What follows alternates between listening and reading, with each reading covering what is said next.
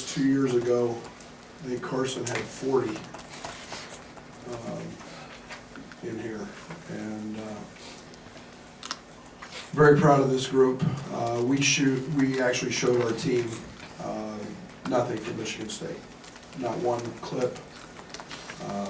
We moved on because we did a lot of really good things in that game, and we didn't want to dwell on the fact that we had a bad shooting night. And Matt's had one of the elite programs in this conference for some time, and I thought our guys were very, very dialed in. I thought we threw punches early. Thought our pace and tempo was very, very good. I think we had 13 points in the first half in under 7 seconds, which when you're one of the elite defensive teams, they're 6th in the country in DER. You've got to take advantage of that.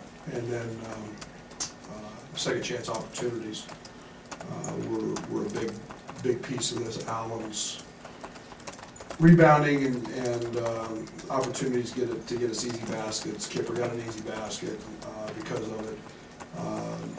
But Purdue had a night that like we had against Michigan State, and but I do think our defense had something to do with it, and our focus, I thought, was excellent tonight. Questions?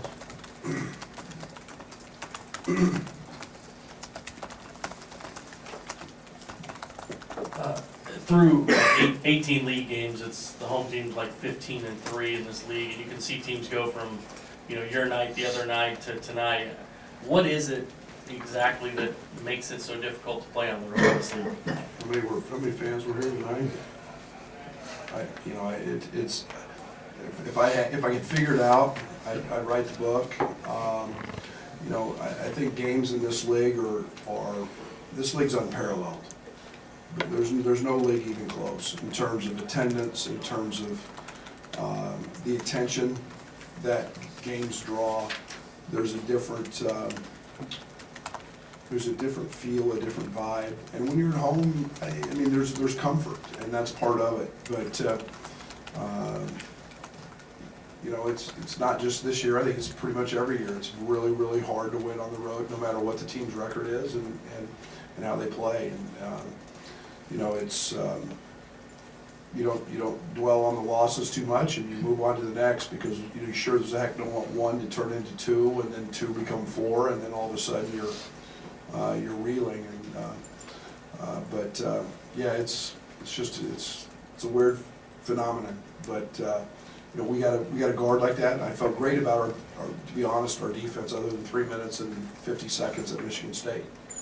And they take a close game, 6-point game, and all of a sudden it's 13, and they're shooting 34%. But that's what you do. That's the emphasis when you can't make a basket.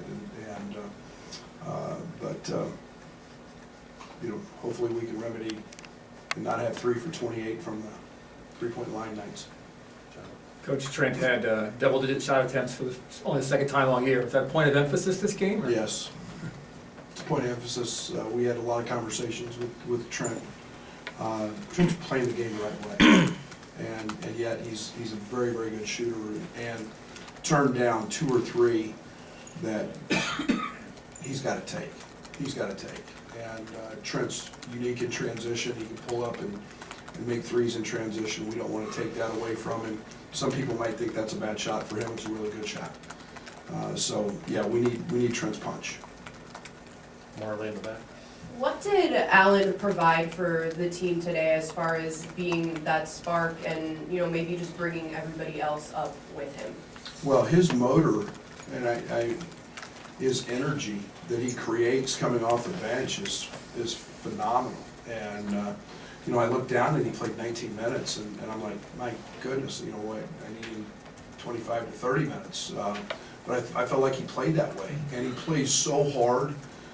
He's doing an elite job of running the floor. He's finding his threes, and he goes to glass every time. And that energy and that is what we look for coming in off the bench. And I made a comment. He reminds me of a young man I coached at Oklahoma State, Jeffrey Carroll. run the floor really hard, shoot threes and offensive rebound and star in those roles, and Allen's doing that. Eric? You had Trent face guarding Stefanovic. Just how impactful is that when he could take away a 45% three-point shooters out of the game completely like that?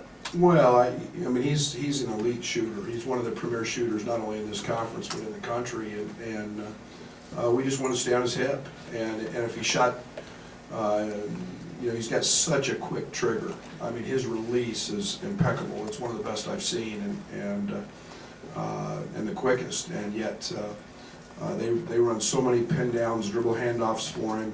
Trent's speed allowed him to stay on his hip and just be there when he caught it. And if he shot twos, he shot twos. But we didn't want him to get going from the three. Brad, Trent said earlier he wants to be all Big Ten defense. What do you think of that? How do you react to that? It's amazing what 2 years and how it can shift one's thinking. He understands it. I mean, he's taken a lot of pride in it, and he's done that every year. I mean, he's done that every game this year. I mean, he's drawing the other team's best threat. He's very hard to screen. That comes from understanding defensively what you're trying to do. It also comes from understanding the scout, and Trent's dialed into that.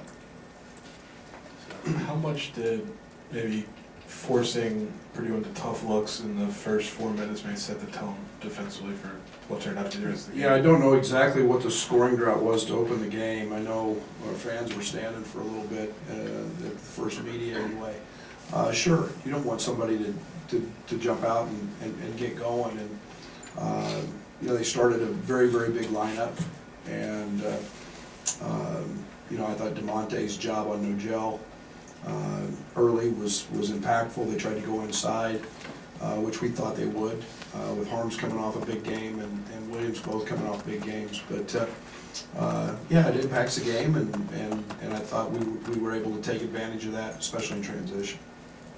I guess when you made your first subs and put in Andres, Allen, Kipper together the first time out, just what did they do to maybe keep that defensive pressure going? Got on the glass, both ends. I mean, you know, I think it's the first time in a while, and I'll have to look at the film. I didn't think there was any let up defensively. I thought we made a smooth transition. DeMonte does an unbelievable job on the defensive end, and to not have a let up after that, and then to have you know, Dre come in and relieve Trent, and you know, you're chasing around an elite shooter, and to do that same thing and not give him those looks, that's pretty important, is to have those guys buy into that same role. And yet on the offensive end, Kipper got an offensive rebound, Allen got a couple, and it impacted the game.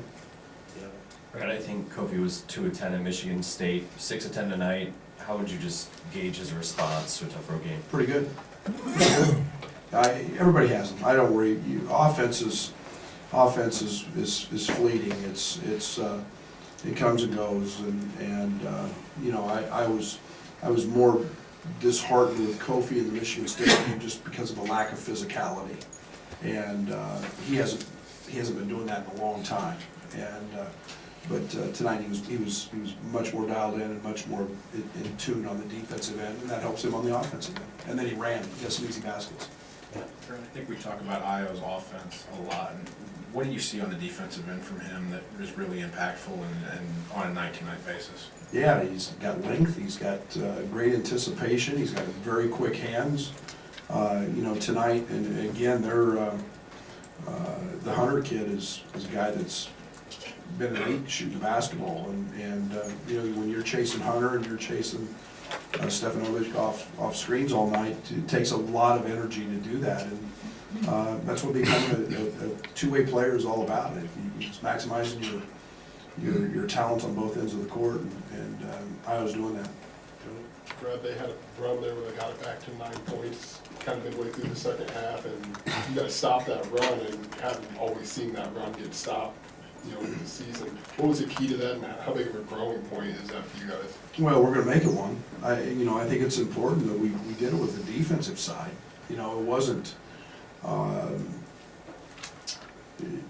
know, they guard you, so nothing's easy against them in the half court, and yet, you know, we forced a couple tough looks, then we got an easy basket or two, and those are the times when we need, when offense is hard, to get an offensive rebound, to get to the foul line, to do those things to stem the tide. And those are areas we gotta continue to grow. But defensively tonight, I thought 40 minutes we were pretty solid.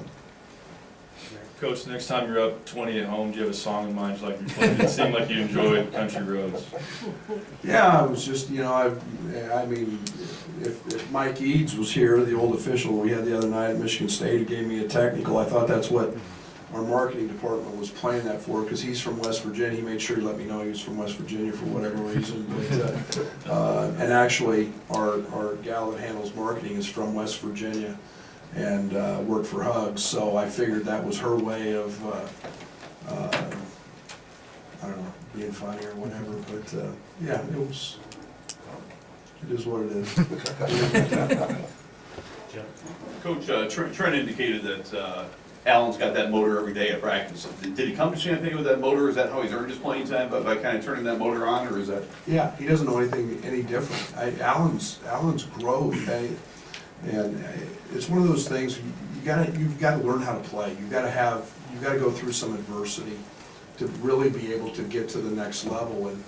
And I went through that at times last year, and not making mistakes and being consistent and understanding the system. And it's not just when you're a star on your high school team and you think it's about shooting 25 balls every night and how many points you score. It's not.